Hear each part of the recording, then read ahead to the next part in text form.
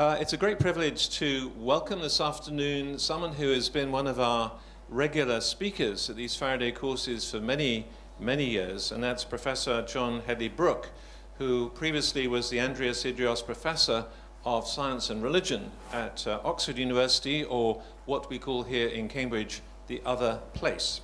And so he's also previously there the director of the Ian Ramsay Centre, which is our, as it were, first cousin or friendly institute there that we are similar to the Faraday as well. He's also an emeritus fellow at Manchester College, Oxford, and very significantly, he's really pioneered many historical studies in this country on science religion. His classic book, published by Cambridge University Press in 1991, I think I have that date correct, and still in print, good old Cambridge University Press, and I hope it's on our bookstall, is an overview really of science and religion, and very warmly recommended.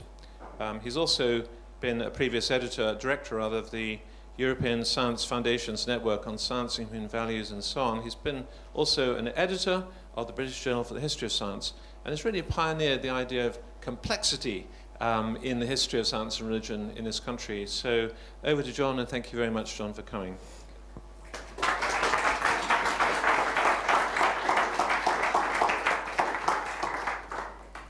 Thank you very much, Dennis.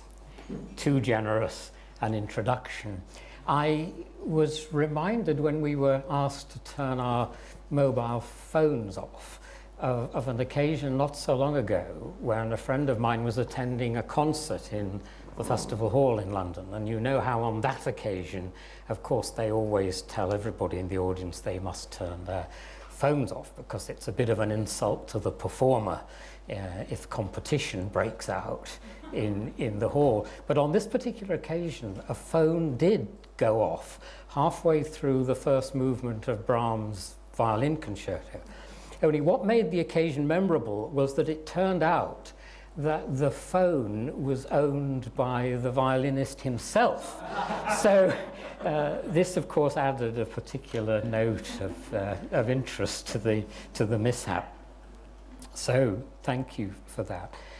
If you read my little abstract or synopsis, you'll see that I have made a reference there to the fact that one of the reasons for complexity when we talk about the historical relations between science and religion is that the two key words, science and religion, have themselves changed their meaning, and very substantially, over the course of the centuries. To such an extent that Peter Harrison, a colleague working in the same field, who succeeded me in Oxford in the Idrios chair, recently published a book on the territories of science and religion. Peter has argued that it is inappropriate even to talk about the relations between science and religion for much earlier than the late 19th century, which is when the word science came to have its modern connotations. The word religion came to have its modern connotations rather earlier than that, as different forms of Christianity, for example, found themselves in competition after the Reformation. And when during the Enlightenment of the 18th century, other cultures with their own religious practices were discovered, thereby creating a need to differentiate one religion from another. And so the word religion begins to take on that kind of modern connotation. So having said that, I would just like to move on to the first slide, which gives you the structure of what I want to say. I'm going to say a few words about what we do mean by a religion. I'm going to ask the question whether science and religion have always been in conflict, which is a popular view. Can science and religion be completely separated, which is an influential view in the modern literature on science and religion. I would like to say something about Christianity and the development of European science that is not to cast any kind of slight on other religious traditions, but there were very particular connections made between Christianity and the natural sciences in the 17th century. And we must look at the effect of science on religious belief. And then I want to ask as my final question, can a scientific theory be compatible with both theism and atheism? Has it got to be some kind of choice? So let's just move on one. What is a religion? Now, you may have had discussions about this already, and I apologize if this seems rather naive. But it is fairly clear, I think, that what we recognize as different religions do have different features. And that makes it quite difficult to arrive at a definition. There can be major divisions within each religion. So if you take Christianity as an example, we have the Protestant churches, the Roman Catholic tradition, we have the Eastern Orthodox tradition present in Greece, for example, or in Russia. And so one has to be very, very careful about using a word like religion in very, very general terms. It's most helpful to be specific about which religion one is talking about. And I'd like to say a little bit more about this by noting 5 features of what we find in most religions. And this will seem all pretty obvious to you, but I think it is helpful just to sketch this out. Religions have provided, first of all, a body of teaching preserved in texts with special authority. That teaching is often moral teaching. How one should love one's neighbor, even love one's enemies. But this teaching can also be about the origin of the physical world, as in Judaism, Christianity, and Islam, where you find the teaching that the universe has not always existed. There was a beginning. Secondly, religions have provided rules for ritual practices, as, for example, prayer to a higher power. That's very clear within Islam, where you pray at fixed times, turning to Mecca. And that may seem a long way from science, but in 16th century Europe, we find an interesting example of where the alchemist was depicted in interesting texts as at prayer. So you see on the left in the oratorium the alchemist praying that his experiment is going to succeed. And then on the right-hand side you have the laboratorium, where you have the chemical experiment about to be done. So even prayer, which may seem a long, long way from investigating the natural world, was often linked to it in rather interesting ways. And of course in Islam particularly, scientific techniques for determining the direction of Mecca provided a stimulus to astronomy, very significant stimulus to astronomy in the medieval period. Thirdly, religions can provide a worldview, giving meaning, identity, and purpose to human life. And remember that the word religion literally means a binding together of people, in this case, sharing the same goals and values. That meeting together can take place, of course, in mosques or in churches or in temples. And I just wanted to depict that because in the building of places of worship, where you sometimes see the most exquisite kind of art and technology, mathematical techniques were often involved in the building. One can reconstruct the mathematics retrospectively. The decoration of places of worship is a place where science and religion actually came together. And there are many, many other examples as we may see. Religions can be or provide a set of beliefs about the activity of a god or the activity of gods.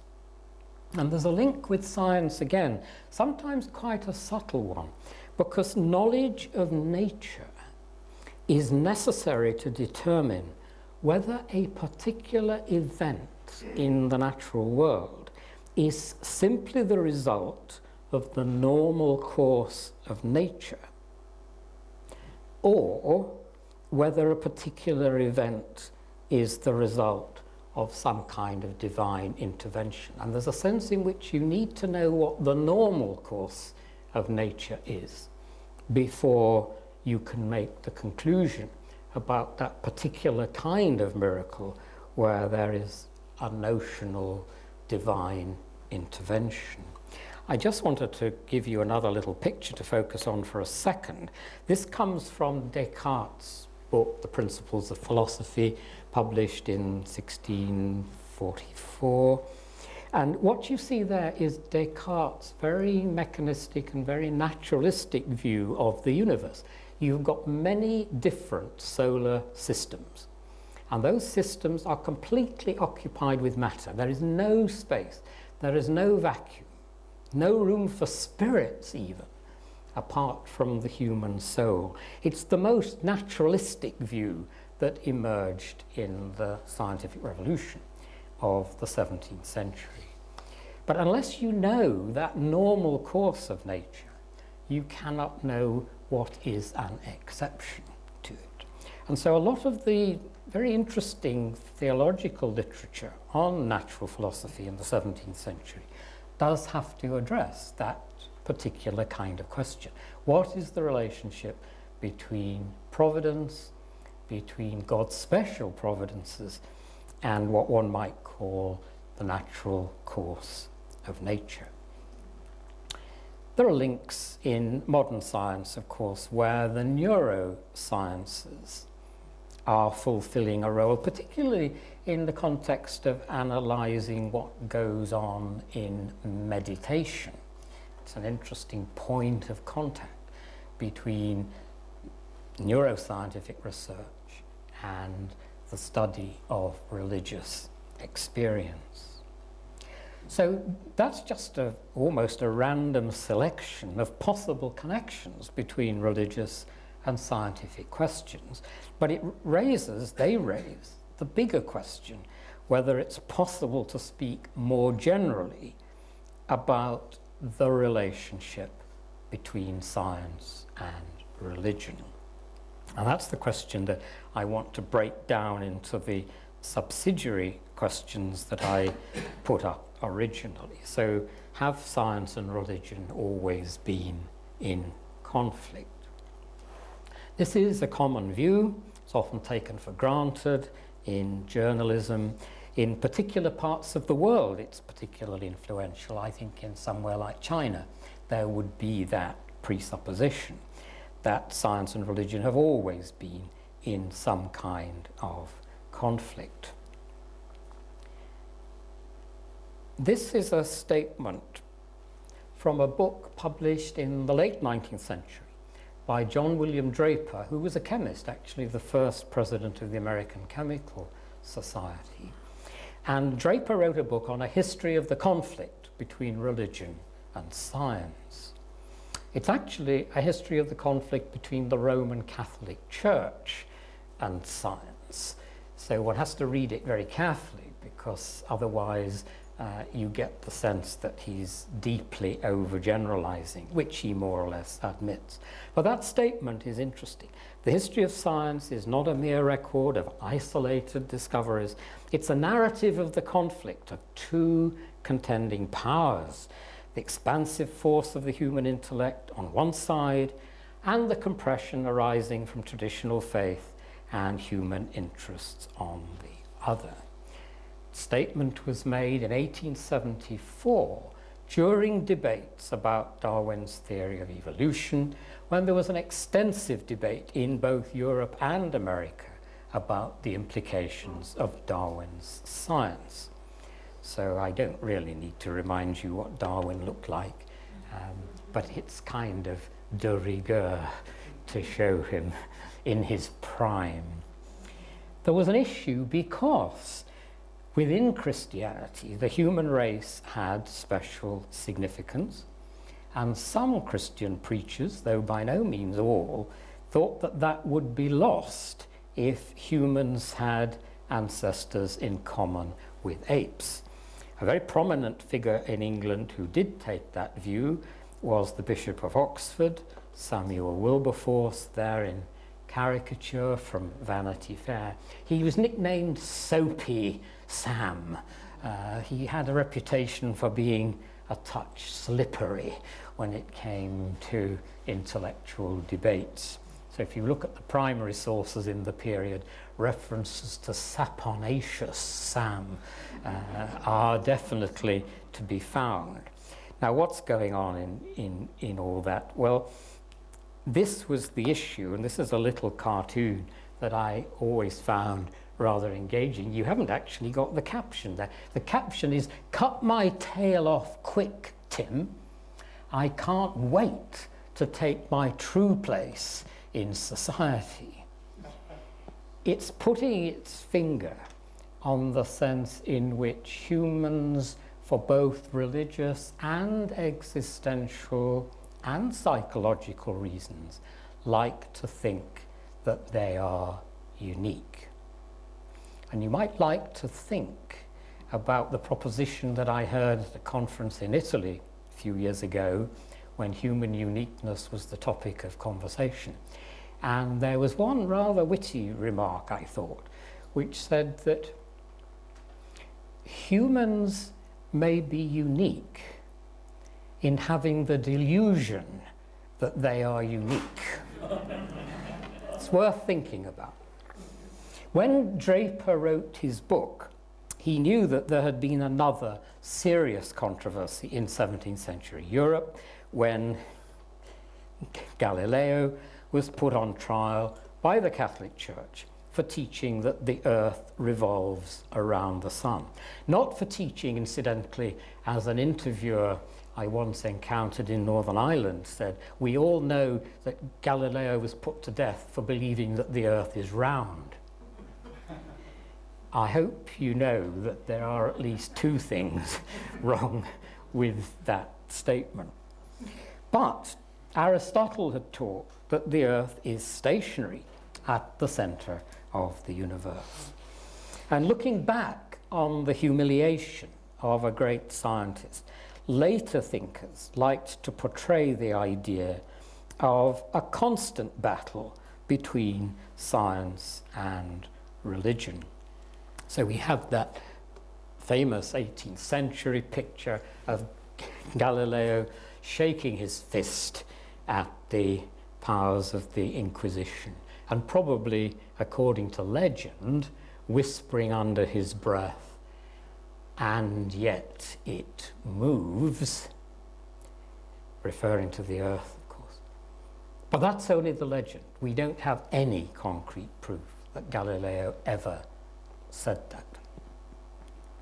Now, because of these two episodes, the Darwinian in the 19th century, the Copernican in the 17th, the idea of a conflict between Christianity and science is, I think, very widespread, because you can always pull out those two examples to justify the assertion.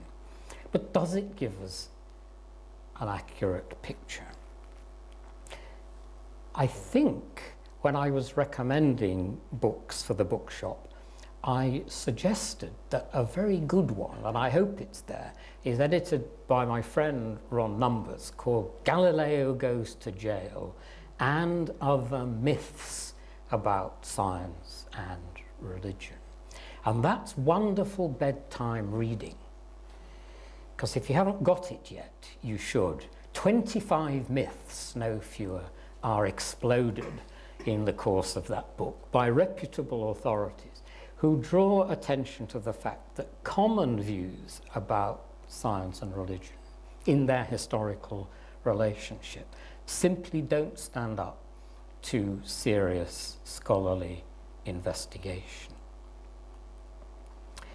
For example, the Roman Catholic Church, prior to the Galileo affair, had been a patron of the sciences, especially astronomy, and had certainly not been an enemy in any kind of general sense. For many years, Galileo had enjoyed the friendship of the Pope, the leader of the Catholic Church, of course.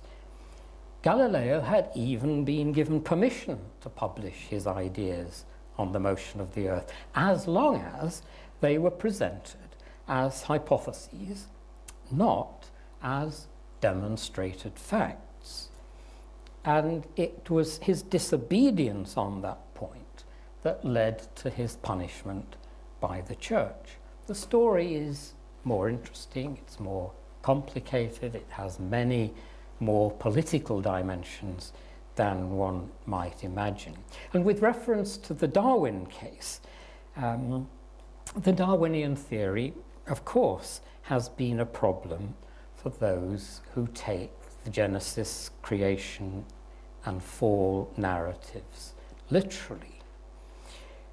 But we should notice that Darwin himself did not reject the idea of a creator behind the universe, one who created by laws. That was Darwin's own expression. That is, by using natural causes. Many Christian thinkers quickly adapted to a theory of evolution, seeing evidence of a divine plan in the story of human progress.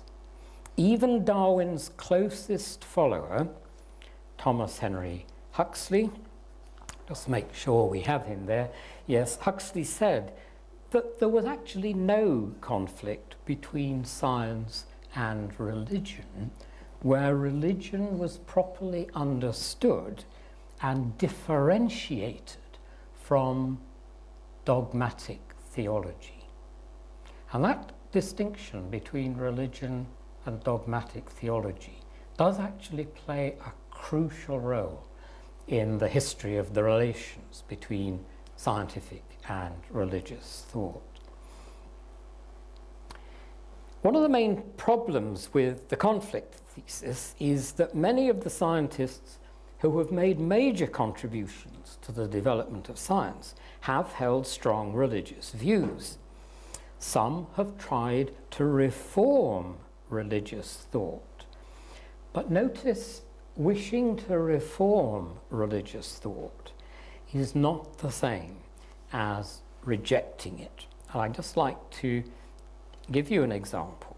There is no ultimate rejection of religious thought, or even arguably Christian thought, in the corpus of work by Isaac Newton.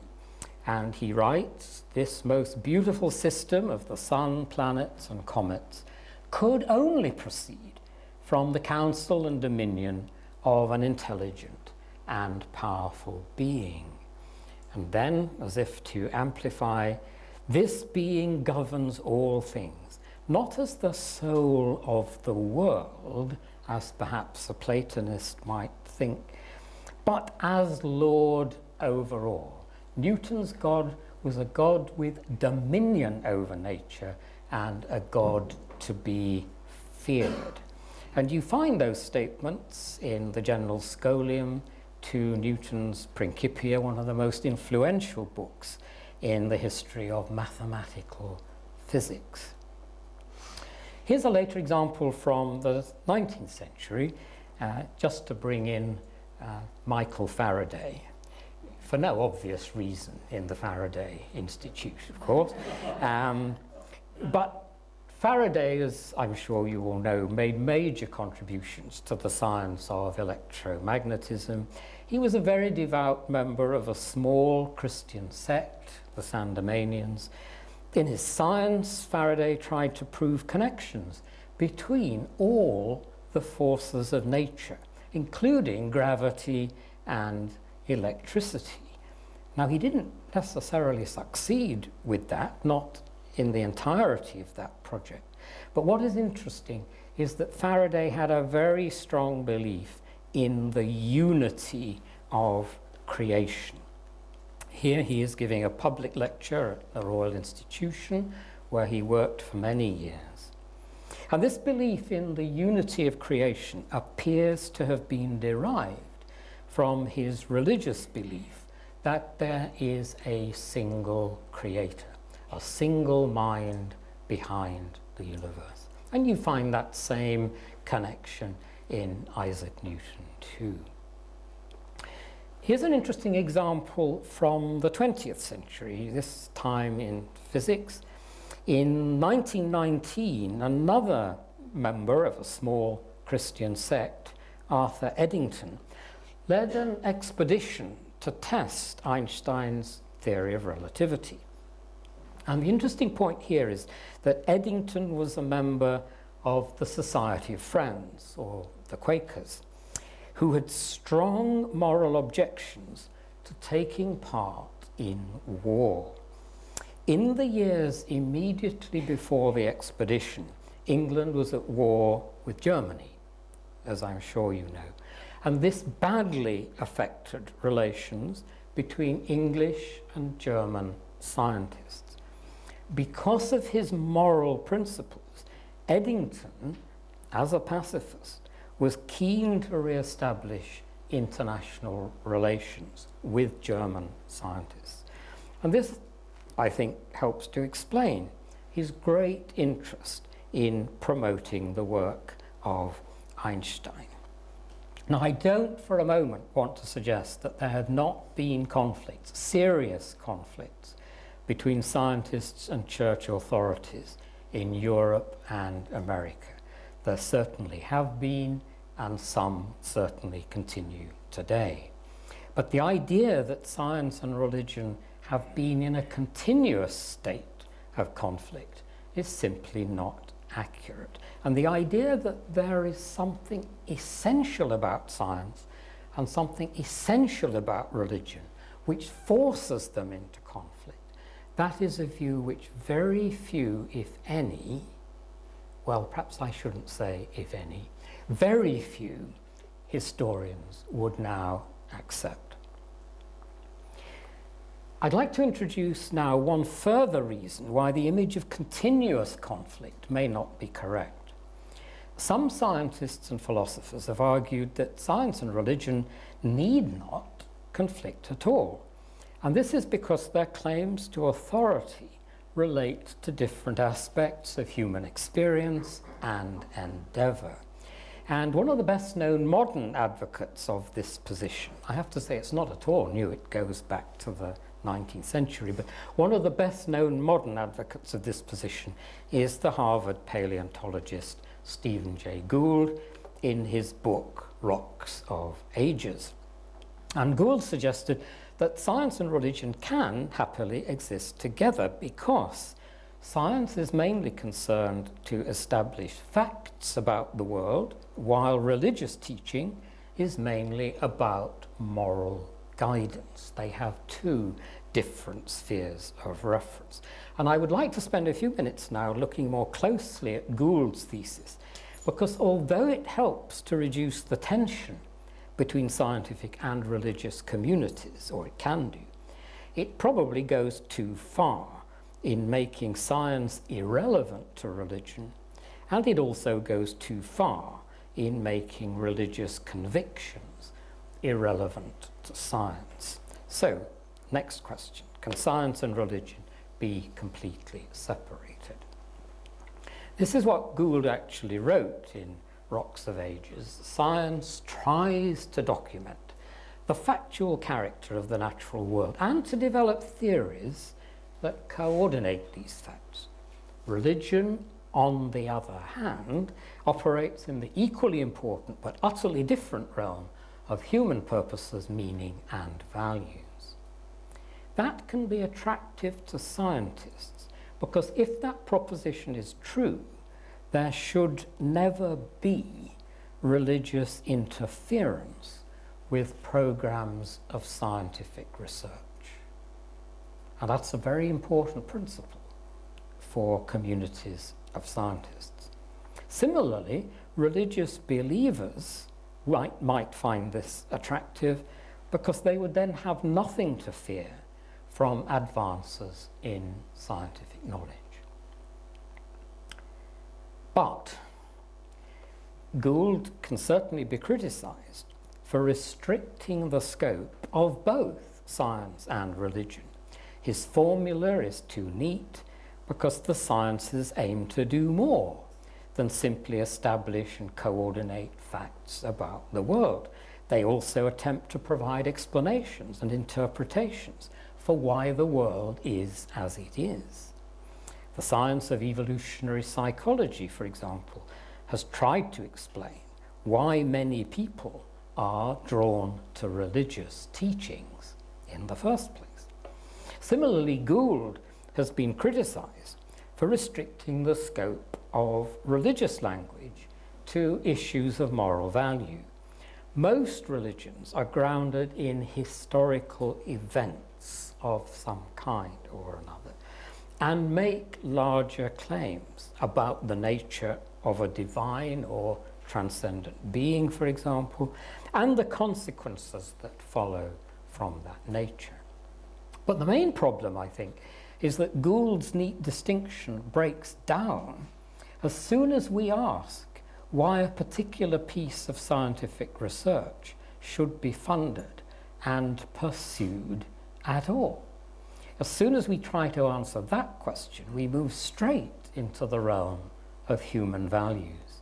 And I think it's also clear that in the context of certain forms of science, for example, stem cell research, there can still be conflict between different sets of values. The scientist who wishes to advance knowledge both for its own sake and for its medical potential may clash with opponents who, on religious grounds, object to the creation of human embryos merely as instruments of research. Now, there are other objections to Gould's very sharp distinction and separation of science and religion. There are many examples that show how difficult it has been in practice for those recommending separation to conform to their own specification. Here's an interesting example from Galileo's writings.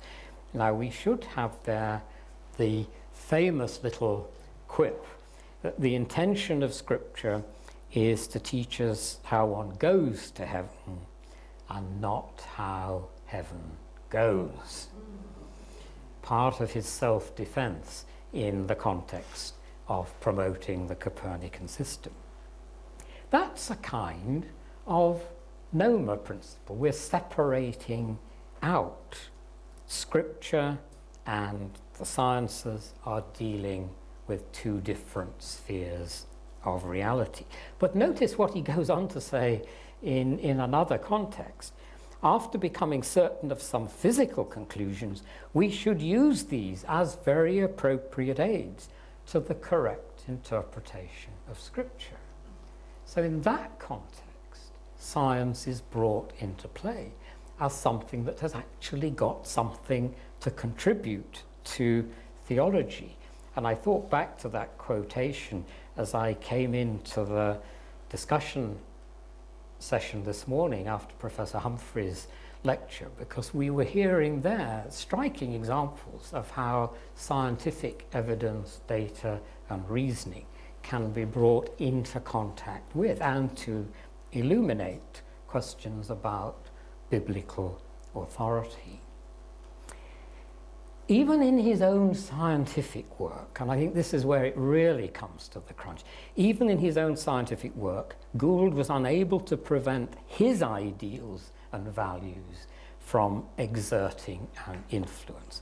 And I've not got time to develop this, but it's particularly in his interpretation of the fossils of the Burgess Shale and the importance he gave to accidental events in nature, contrasting that with some kind of preordained plan. It's in that emphasis on the accidental, the contingent, on unpredictable evolutionary outcomes, that you see his own atheism actually being expressed in the science. Occasionally that point was made against him, and his reply was very interesting. It was more or less to say, of course my personal beliefs come out in that kind of meta-level interpretation. We all do it. We can't escape from it. So the much lauded ultimate objectivity of scientific argumentation, it does have a few cracks in it, and historians, I think, have been particularly interested in those kind of cracks. As a historian of science, I particularly worry that Gould's account would lead us to overlook some ways in which religious beliefs have been relevant and important for the development of science. And I'd like to give you now an example from the 20th century. Here is Einstein explaining why he could not accept either the conflict or the separation model. Speaking of the spirit that informs modern scientific investigations, I am of the opinion that all the finer speculations in the realm of science spring from a deep religious feeling, and that without such feeling, they would not be fruitful. Now, we have to be clear, by a deep religious feeling, Einstein did not mean any conventional belief in a personal God. But he did believe there were realities beyond the material, and that in the conduct of science, one came into contact with this kind of spiritual life. Certainly something you could call religious. Okay, so Christianity and the development of European science. I said it would be good just to spend a few minutes on this, because actually there is a vast literature on this, a vast literature. Peter Harrison, I think, is probably our best substantial guide for that kind of question. But Einstein once asked, just to pick up the continuity, why scientific research became a lasting and enduring feature of the cultural history of Europe. And when he addressed that question, he said, we should not ask the question, why was it that science failed to develop in other cultures? We shouldn't ask that question. The miracle is that science ever developed at all, and therefore a specific set of conditions had to be in place for what we know as modern science to have liftoff. It's easy for historians to neglect the scientific achievements of cultures different from their own. And there has been a tendency among Western European historians to ignore the achievements, if not of the ancient Greek philosophers, certainly of the Arabic mathematicians and astronomers. There's been a tendency to underestimate the technological achievements of China, which were actually far ahead of the West in the period we call the Middle Ages. Joseph Needham, a great leader years ago in investigating science and religion in China, Needham pointed out that the Chinese were mounting rockets on the back of rockets before Europe even knew about gunpowder. And there was this little depiction that I thought was quite neat. This is Light the Blue touch paper, but you can see the image of rockets on rockets, which, you know, is a kind of 21st or certainly 20th century aspect of space technology. You'd need a bigger rocket than that, of course. But the fact is, in certain forms of the natural sciences, particularly the mathematical sciences, and in the sphere of optics, Islamic philosophers were way ahead of the West for a while. And the same is true of technology in China. Now, I mentioned Joseph Needham because he did try to explain what was peculiar about the culture of 16th and 17th century Europe. What was it that helped a distinctive and productive scientific method to develop? And for Needham, the crucial concept was this: the concept of a law of nature.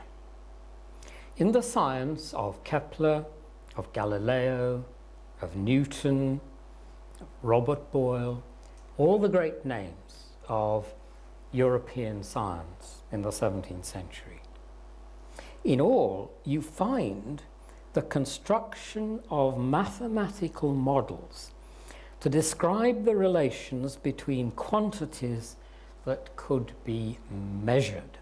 And this quantification of nature was crucial. It was crucial to Galileo, for example, who shows that with uniformly accelerated motion, the velocity of an object falling from rest will be proportional to the time during which it's been in motion. But only in a vacuum and only in an ideal case. I think if you do drop different weights from the top of the Leaning Tower of Pisa, they won't necessarily hit the ground at the same time, which is what is supposed to be the truth that Galileo exhibited experimentally. The real world, in other words, is more complicated than our ideal mathematical models. But this is the critical thing. You can construct an ideal mathematical model. You can then investigate the real world to see how well it conforms to that model. And if it doesn't, why it doesn't. And this is a productive and it's a fertile methodology, beautifully described by the French intellectual historian Alexandre Coiré as explaining the real by the impossible. It's a wonderfully succinct encapsulation of that early and productive scientific methodology that took wing in 17th century Europe, explaining the real by the impossible. Needham's argument was that one reason why that method became so successful in Europe was because the concept of a law of nature was actually sustained by a religious idea, that there was a divine lawgiver who, as creator of the world, had imposed laws upon it. And this is an often depicted woodcut showing the God who creates the world in number, weight, and measure. The point is, on Needham's analysis, that this idea of a mathematical God was not so highly developed in cultures where the idea of a personal God was missing. Needham pointed out that it's very difficult to find an equivalent to the word law in Chinese. And Needham contrasted what he called a typical Chinese understanding of nature, where nature is seen as a living organism, where everything is connected to everything else in a kind of organic way. It had been a bit like that in the Aristotelian tradition too in the West. But in Europe, the mechanization of nature in the 17th century created a very different kind of world picture in in which one's laws of nature were applied to the understanding of particles in motion. So in the West, it's a world of matter in motion described in scientific laws. In China, as Needham put it, and I once heard him give a seminar here in Cambridge on this very point, in China, particles were abhorrent. It's interesting as a kind of cultural contrast. And it's exploring contrasts of that kind that, keeps historians in business. They continue to debate this thesis, but it does indicate a possible way in which a theological idea could find expression in science. Now, there were, I think, other resources in 17th century Christian thought for promoting a lasting scientific culture. And the belief in one God gave support to scientific research designed to prove the unity of nature. And I've already hinted at that. For Newton, discussing the force of gravitation, his law of gravitation is, and we still call it this, it's a universal law. It applies everywhere. It's in a universe that had a single creator. Astronomers today find the same kind of uniformity in the physical laws that operate through our universe. Now, I can't speak for multi-universes, but there are people here who probably can. And we've already noted how Michael Faraday in the 19th century held that same conviction. Nature is a single unified system in which all the forces are interrelated. It's also important to stress that the idea of the fundamental unity of nature has played a very important role within Islamic philosophy. It's not just a Christian notion. From a modern point of view, it's sometimes hard to imagine how beliefs about a creator could have anything at all to do with science. But those who promoted scientific research in Europe were able to claim that they had a religious duty to show how wonderful the natural world is, and therefore how wise and powerful its creator must be. In other words, there were not only laws in nature that pointed to a lawgiver, there were also beautiful designs in nature that pointed to a transcendent designer. And this was a mindset, a way of looking at things that encouraged mechanical images of nature. This is an image of the famous clock in Strasbourg Cathedral, which was one of the great wonders of human craftsmanship, much discussed in the 17th century as a model, as an image of the universe as a whole. The universe ceases to be a living organism. It becomes a machine. And it's more or less remained that ever since. Heavy footnotes, but it's a very dominant kind of mindset who think about how science operates in the world. The Strasbourg clock was specifically mentioned by Robert Boyle, and he was quite happy to compare God's craftsmanship with human craftsmanship. The divine, of course, was far superior. There's no conflation of the two, but the analogy is there. And the mechanical images are attractive, or they were for a while, attractive to religious thinkers because they seemed to prove that the universe must have a maker.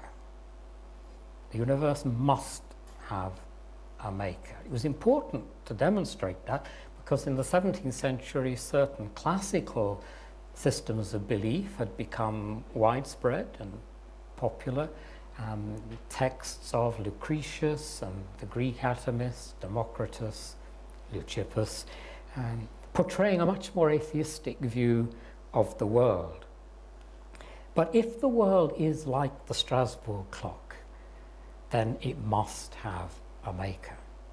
Because machines are the very kind of thing that cannot make themselves. And so there's an underpinning of a Christian natural theology for 200 years that came out of the mechanization of nature and the need to refute that witty villain Lucretius, as he was described by a 17th century physician, Walter Charlton. Notice that new scientific instruments helped to reinforce this appeal to design. For example, if you looked at the eye of a fly through a microscope, it might give you a bit of a shock. But notice how incredibly intricate that is, with all the pieces, as it were, of the jigsaw, all there united into this remarkable organ.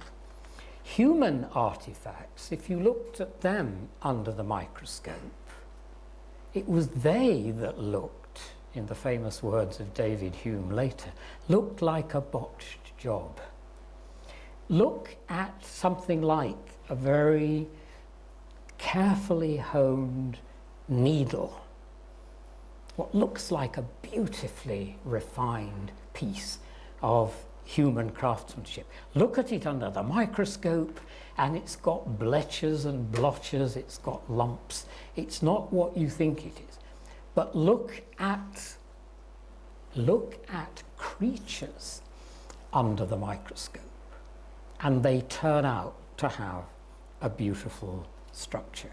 And for somebody like Robert Boyle, not dressed there as you might think for science, though he describes himself as a priest in the temple of nature, Boyle could express wonder that the Creator could have given life to a whole world of minute creatures. For Boyle, it was a greater and astonishing, more astonishing aspect of God's creative work, that there should be life in the minutest mite than that there should be planets orbiting in nice, smooth orbits round the stars.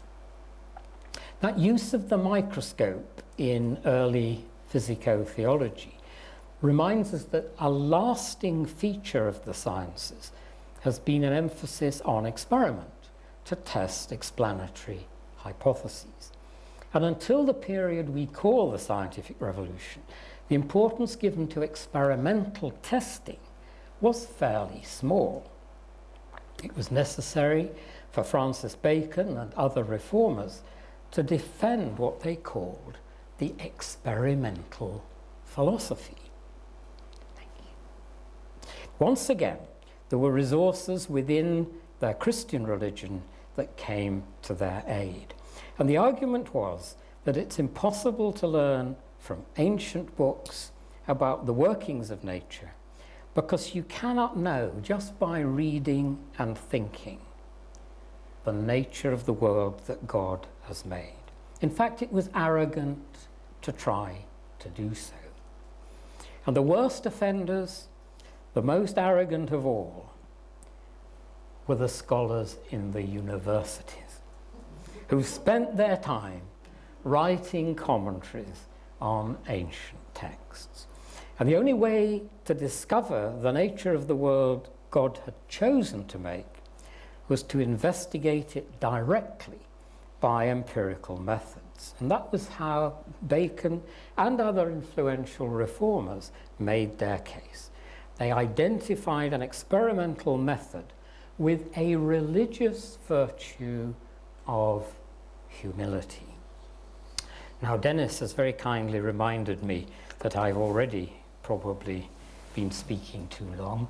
I will stop so that we've got plenty of time for questions. But I would just like to say something about what was going to be my last section, where I was going to talk about the question whether scientific theories can be both theistic and atheistic. And my answer to that question is a very simple one.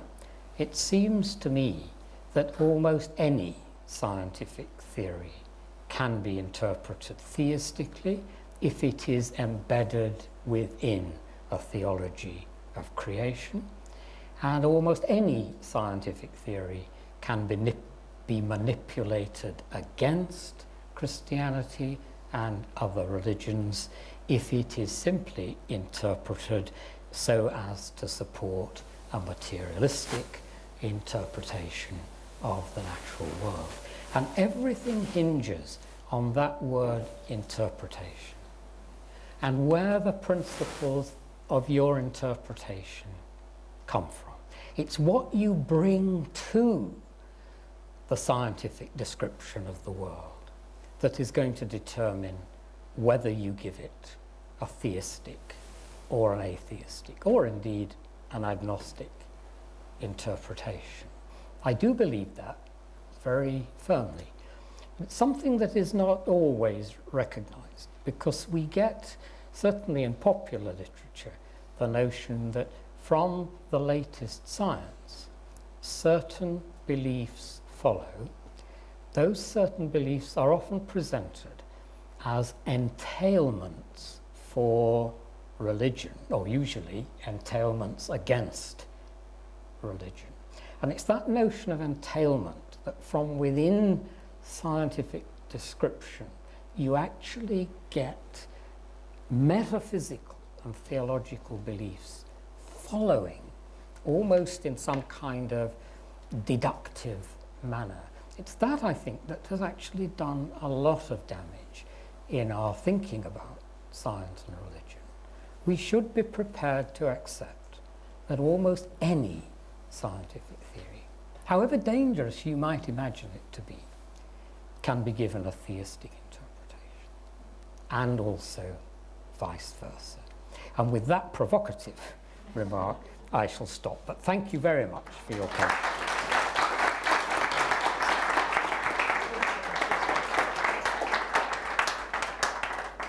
Thank you very much, John.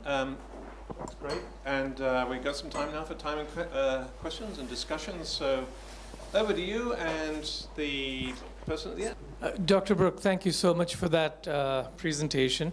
I just wanted to ask you a question. I recall listening to Dr. Peter Harrison, and he said that there was a direct and an indirect cause of the scientific revolution. He says the indirect cause was the Bible, and the direct cause was the literal interpretation of Genesis as opposed to the allegorical interpretation.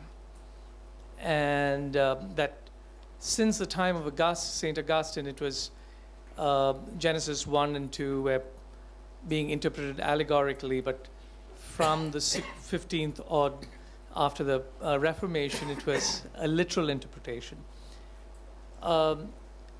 Listening to some of the lectures here and from other readings, it seems to me, and I may have misinterpreted it, it seems to me that the literal interpretation is probably not the way to go. And I'm familiar with framework, hypothesis, and the concordist view and others.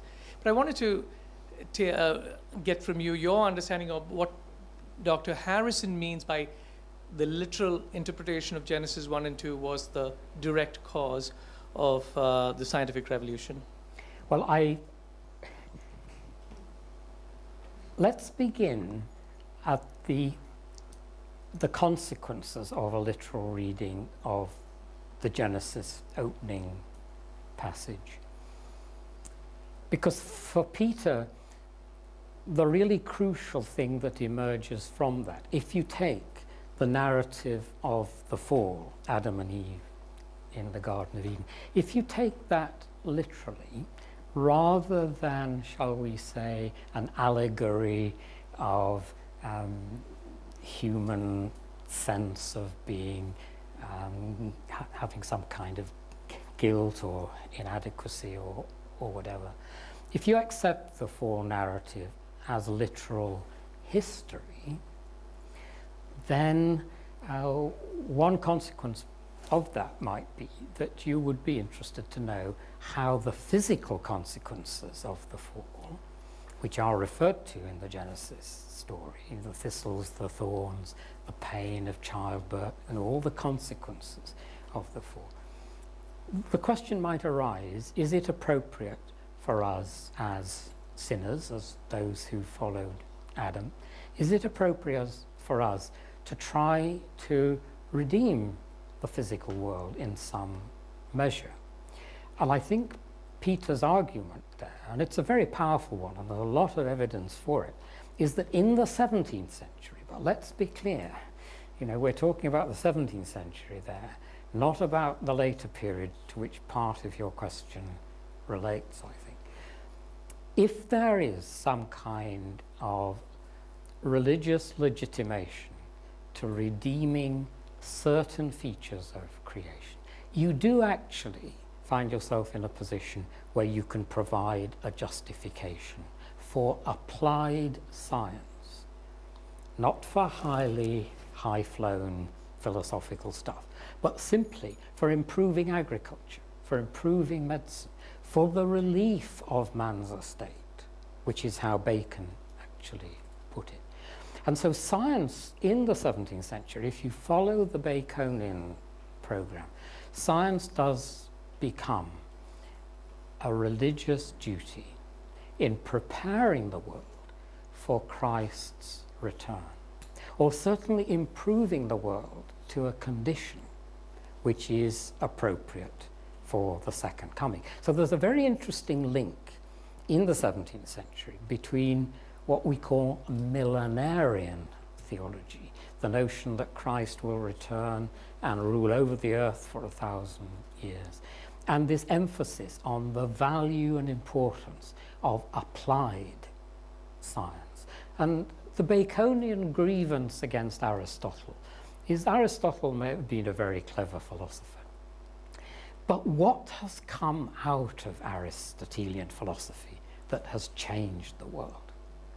Whereas, out of a more technologically oriented mindset, you might get, you do get gunpowder, the mariner's compass, the printing press, kind of revolutions in human thought and understanding that have really transformed the world. So Peter Harrison's argument says the doctrine of the fall was taken literally in the 17th century, and the correction, if only partially, and of course you can't correct all the consequences of the fall, but even a partial correction of the consequences of the fall provides a justification for scientific activity. And that argument is not going to work unless you can take the biblical story literally. And so that's why the two of those two things fit together in the way Peter presents it. But actually, later, if we turn to the development of the historical sciences in the 18th and 19th centuries, I think you could legitimately argue then that a literal reading of the Genesis narrative as history and as science, neither of which was the intention of the authors, but nevertheless, if you assume that the Genesis narrative is talking science and is talking history, then it will have a negative effect on scientific inquiry and research. And indeed it did, and still does, where you find that particular mindset. So I think Peter may very well be right about the 17th century, but you couldn't transplant his message for the 17th century to a message for the late 18th or the 19th centuries, because it just wouldn't work.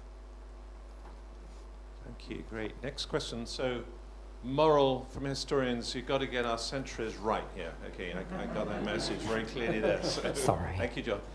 Other questions? So we'll move forward here. Thank you, Julia. Just there with the pen. Thank you very much.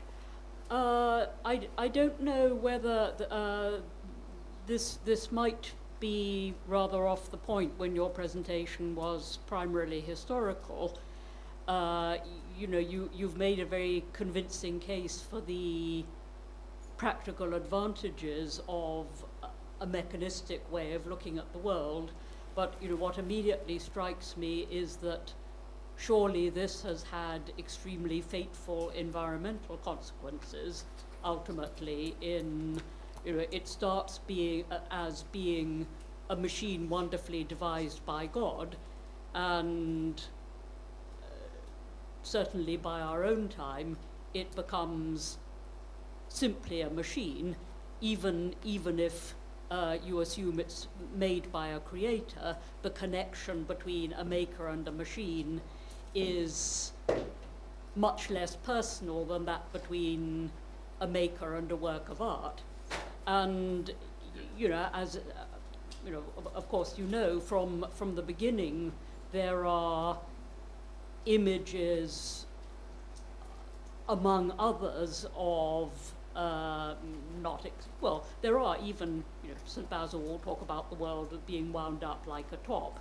You do find these sort of images of God's relationship to creation, but they're in among others which are more organic and make it much easier to see the connection between God and the world.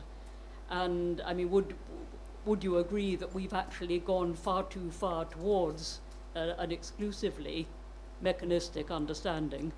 Actually, what's happened historically, I think, is that there's been a swing of the pendulum more than once. In other words, against that view of Descartes that I depicted with his vortices and the planets being carried round the various stars.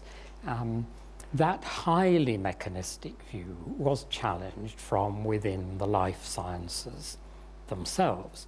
The Romantic movement at the end of the 18th and early 19th century, you get a real backlash against the supposed reductionism, particularly of Newton's work in optics. So I think what happens in the history of science is that you get a kind of swinging from vitalistic to mechanistic views, and then there's a kind of compensating reaction sets in again. It's not a single simple trajectory. And you used the phrase simply mechanistic in the way you articulated the problem. And I think that if the world is conceived as simply mechanistic and entirely at humanity's behest, then of course, yes, it's a dangerous doctrine for our understanding of the natural world and how we need to protect it. And Christianity has taken a lot of flack because in the 17th century there was that conjunction of a new mechanical philosophy of nature with the belief that the world was made by God for human beings. It's a very anthropocentric kind of natural theology comes into vogue during the 17th century. But I'd like to finish this answer with a very important distinction, because if you neglect it, then you land in deep water. There are those writers, some of them very popular writers, who have said that it's Descartes and Newton who are the great villains, who mechanized nature. And ever since, we've been suffering under this mechanistic cloud, really, I suppose one would have to say. First thing is, you must distinguish between Descartes and Newton. They were mechanical philosophers of very different kinds. And Newton spends a lot of his time refuting Descartes, just as Robert Boyle in England spent time refuting Descartes. If you accept Descartes' understanding of mechanism, then I think your thesis stands up. Because Descartes believed that humans were really the only thing, the only being in the universe that have any kind of soul. So humans can manipulate this mechanical world to their own advantage, and they should do so. But if you turn to Isaac Newton, he is far less mechanistic in his outlook than Descartes. Newton has a far richer ontology of nature in which there are forces that are invisible, like gravitation, physical and chemical forces. Newton has a vocabulary in which he refers to active principles in nature, which are visible particularly in the development of organic systems. And in the Newtonian understanding of reality, I think, you don't run into quite the same direct confrontation with your simple view of mechanism. It's also worth pointing out, given that you started your question by saying, you know, one could look back at the 17th century and see how convenient it was to have mechanical analogies because you could then argue for design. And I did imply that that was the case. But of the mechanistic philosophers, Descartes is the one who preaches against design. No, I wasn't saying. No, you were not. But it was the way you prefaced the questions. No, I didn't. You didn't mean that. I'm sorry. In that case, but it's just another way of underlining the huge difference there was between Cartesian mechanism, which was perceived widely as religiously dangerous because it gave a closed mechanical system in which there was very little room for any kind of spirit realities. The mechanism of Robert Boyle is in a universe in which there are far more spirit forces at work. In fact, Boyle hopes that with the success of chemical experiments to find the philosopher's stone, if we can find the philosopher's stone to convert the base metals into gold, he thought, at least he held out the hope, that the power of that particular substance was such that it would enable human beings to communicate with angels. That's not simply mechanism. No, I mean, that's a very, it's a very, very different kind of world picture. Now, it's true, the Newtonian, the Cartesian mechanistic systems were appropriated by deistic thinkers, by materialists, by atheists, particularly in 18th century France. And they could appropriate the ideas really quite easily.